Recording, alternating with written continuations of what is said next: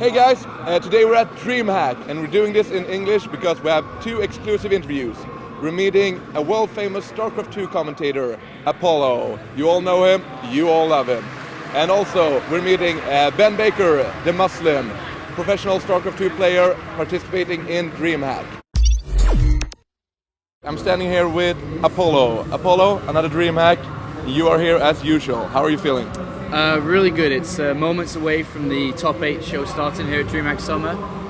It's good to be doing a Dreamhack again. I missed Dreamhack Bucharest because of my brother's wedding. But I think it's my 17th, 18th Dreamhack StarCraft 2 event or something along the lines. It's good to be back. I'm excited. I'm busy. I'm hyped. How are you enjoying Sweden? Sweden's great. It's always great. I used to live here, so it's always good to come back. And I always forget when I come back, the water is clean and drinkable from the taps. It's really nice. The girls are beautiful, and of course, to work with Dreamhack is always a pleasure. It's good to be back. It's good to have StarCraft here. It's good to have you here. How's the tournament been for you? How's the tournament been for everyone? Tournament's been really good so far. Day 1 was quieter in Group Stage 2. There wasn't really that much that happened. Group Stage 3 and Day 2 really stepped it up a lot, and we really saw some really awesome games. And now coming into Day 3, I think this is a really good top 8 players that we have. We've got Tasia, Liquid Hero up there. We've got Jadong in there. We've got the Boss Toss in there. And it's just going to be the best of all 3. Yeah, I hope so as well. I'm looking forward to some exciting games. And speaking of the Boss Toss, I happened to hear the other day, yesterday I think it was, when you didn't have him as a favorite. Right. He got quite upset and called you a bad caster. Do you have a response for him? It was all jokes and games, and he knows it was, because as soon as I came off camera and he did, I ran up to him, I was like, hey, what the hell? He's like, I'm sorry, I'm just messing around. We actually hang out a lot together in Germany. We got to eat a lot. So I knew what he was going to say and what he was going to do. We always tease each other. But, I mean, come on, man. Hyun was a good choice to do well in the tournament. It was unfortunate that he met MC in the position that he did. Otherwise, I wouldn't have been put in that position. I wasn't going to back out of my prediction. So, MC. Whenever we watch StarCraft or we see a tournament and so on, you always seem to have a good atmosphere and you all seem to be really good friends. Is it like living with your family, extended family in some way? It's like close friends, because we all travel to the same countries, we all see each other in different countries, we all work together at the same events. And because there's so much StarCraft, and within WCS there's weekly leagues of this stuff, so we see each other all the time. And it's good to be able to hang out, eat food, talk StarCraft, and just enjoy each other's company. And we all get on really well. That's one of the things I like about StarCraft, that it does pull everybody together as one, and we all enjoy it, so. Yeah, good to hear. You work as a full-time caster for ESL. What's it like being a full-time caster and just doing the thing that I assume you love? I love every little bit of StarCraft and always have done. It's amazing. It's a dream come true. I'm able to work every single day on what I love, which is StarCraft. It's really hard work at times because it's not all fun and games. It's not, 3 shows a week, turn up for the show, go home. It's, being there from very early in the morning till quite late at night, working on ideas for the shows, working on how the presentation of the show is going to look like, thinking about how I can improve myself as a caster. And then you've got playing StarCraft on the side, which is obviously a very important thing that you need to do as a commentator.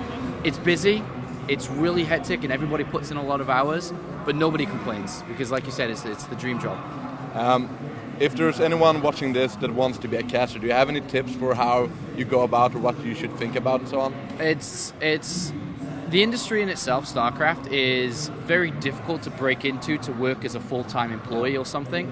And everybody, whether it's writing news articles, whether it's doing interviews, being an admin, all of this you need to do the best of the best you can do. You've got to put in 110%. You need a little bit of luck on your side sometimes as well. But I've always said this, whether you're a player, commentator, host, if you're good enough, you will become what you will want to be. It's not like you can be good and never be noticed to then never get a position. If you're good enough, it's 2014, you've got a Twitch stream, load up a Twitch stream and cast every single night and put the work in. You'll start to get recognition if you're good, and then you can build from there. Yeah. And finally, I just want to ask you something. I know in the past you've made a lot of bets with people. We saw you as Pikachu in Dreamhack. Yes. I know you owe Soul Key a dinner. If you haven't paid that already. I was hoping that we could make a little bet, you and me. What do you want to bet on? Who's going to win the tournament? Whoa! Who are you betting for? I'm gonna go with MC because he's my favorite player. All right, if you're taking MC from the low bracket, I'll take Tasia from the top bracket. That feels like a bit of a safe bet, doesn't it? It's a safe bet, but I mean, I can't pick anyone from the low bracket. I either have to pick Jaedong or Tasia. I think are the two players that are going to do well up there. And I think Tasia's got an edge over Jaedong, so I have to go with Tasia, man. What are we going to bet on? I was thinking Dreamhack Winter. All right. We do a better interview. We do a longer one. All right. I'll make a bet on that. That seems kind of simple. Yeah. All right. Done. Good. Thank you very much for doing this. You're welcome. I'm standing here with Ben DeMusliM Baker, and you are a professional StarCraft 2 player, right? Yes, I am. How are you doing? I'm doing really well, actually. I haven't been to a Dreamhack in roughly 4 years, so it's really good to be back in Sweden and having a great time here. What's your impression of Dreamhack compared to last time you were here? It grew a lot. It grew massively. Everything's way more professional than it ever has been. There's way more people, and it's just bigger and better. You've been here competing. Last time you were at a Dreamhack event, you were casting, right? Yes. What's the difference in being here competing as to casting? When you're a caster here, it's much easier. You just get to talk about a game that you love and that you play all the time anyway. When you're a player and you come here, it all comes down to your group, who's in your group. Do you have a good group? Are these players good against your race? It's very tense. You put a lot of effort into practicing for it, whereas the casting, that kind of comes naturally. If you're a decent speaker about the game and you know what you're talking about, then it just flows. Whereas playing, it's always stressful, it's always tense, and unfortunately for me, I didn't do that well this event, but I have a good time either way. What's your impression of Sweden as country and Jönköping and Dreamhack? Well, I'm currently, or I have been living in Tyresö, near Stockholm, for the last 2 or 3 months, so I love Sweden. The people are really pretty, very beautiful people.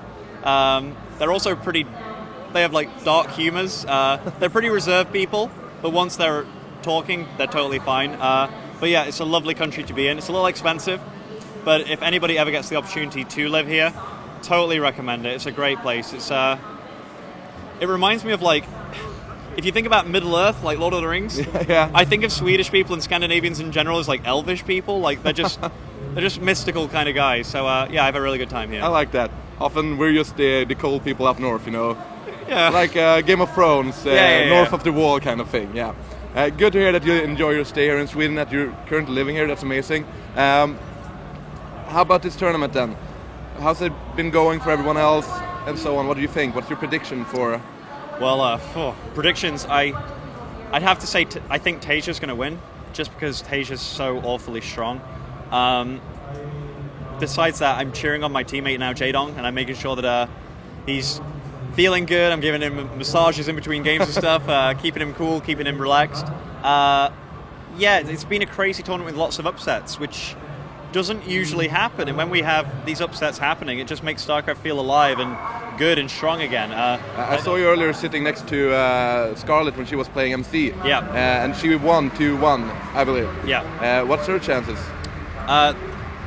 She hates playing against Protoss, and apparently the likelihood of her playing a Protoss is, out of the 8 players that she can meet in the next round, 7 of them are Protoss, so she was quite worried. And then the other one that she can meet is Jaedong, and he's so good against Zerg. And I have to say, Scarlett's insanely good. She is definitely one of the best foreigners, and she's playing very well here too. She's also using my mousepad, so I'm helping her out a little bit. But so that's the reason she's going that's good. That's the reason she's doing so well. But no, she's solid. She's always a solid performer, and she doesn't quite have as much confidence in herself as she should have. And I think that's one thing that once she gets over that barrier, where she truly believes in herself, that she can really start winning these things. Good to hear. I hope it goes well for her. How much do you miss being a caster now that you're unfortunately knocked out of the tournament? When I have nothing to do, I wouldn't mind going up there and casting, but yeah, I love being a player. The casting thing, I'm trying it out, and it is a lot of fun. I get to talk about a game that I love, but that's something that I can do no matter how old I am, whereas the playing thing, how long does anybody have left? Some of these players, some of the older players, we've seen Nesty win tournaments when he's been 29, some of the hardest tournaments in the world, but this career, it's not going to last forever. You do start to get a little bit slower, so I realize that I do want to make the most out of the gaming, the pro gaming thing, but I love the casting too. Yeah, we'll see. Thank you very much for doing this interview, and I wish you all the luck in the future, and I hope to see you win some tournaments. Thank you, I hope so too.